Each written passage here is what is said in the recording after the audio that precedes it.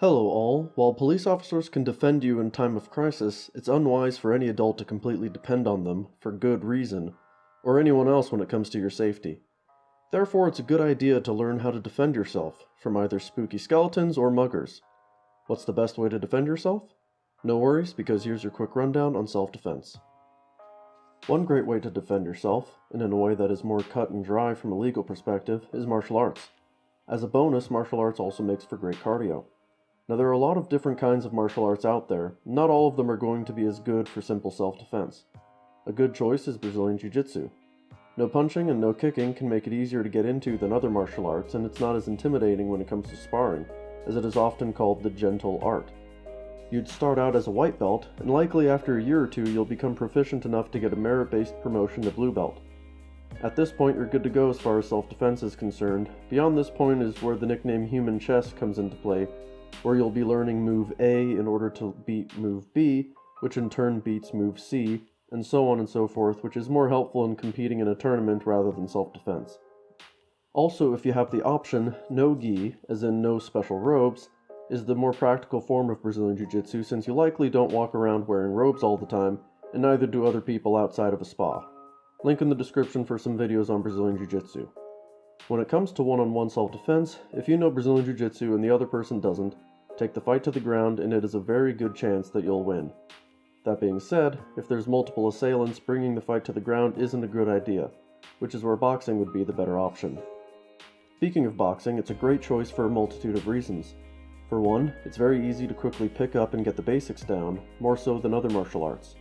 While boxing can and does get very complex, it starts out with a nice simple focus. Good footwork for maneuvering, good punching, and good blocking or dodging.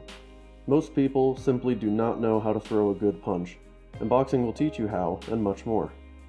Good to note here is that doing both boxing and Brazilian Jiu-Jitsu would be a great combination, as you'd be confident in defending yourself on and off the ground, and simply taking MMA classes at a good gym would also be a great choice.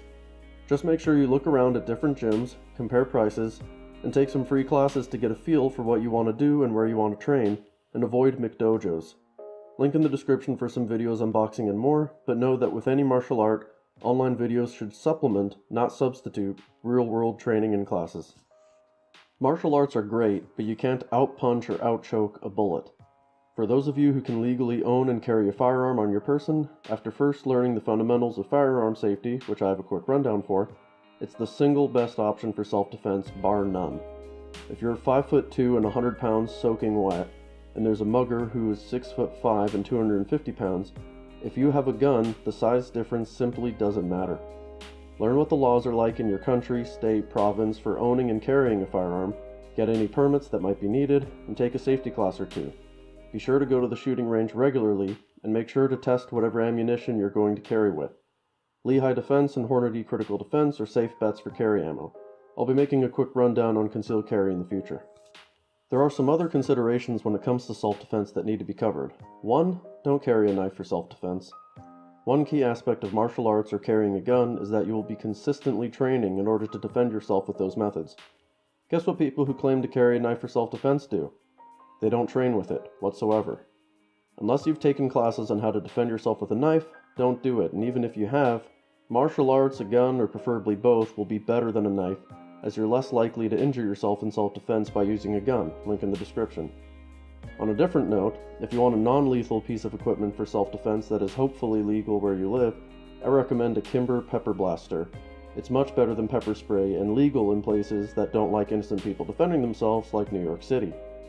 One final comment is to use common sense. Don't walk by yourself at night in a city, don't go to places with high crime rates if you have a choice, and have some situational awareness. Someone with their eyes glued to their phone and listening to loud music is an easy way to make yourself an easy target. That's your quick rundown, link in the description. See you guys later.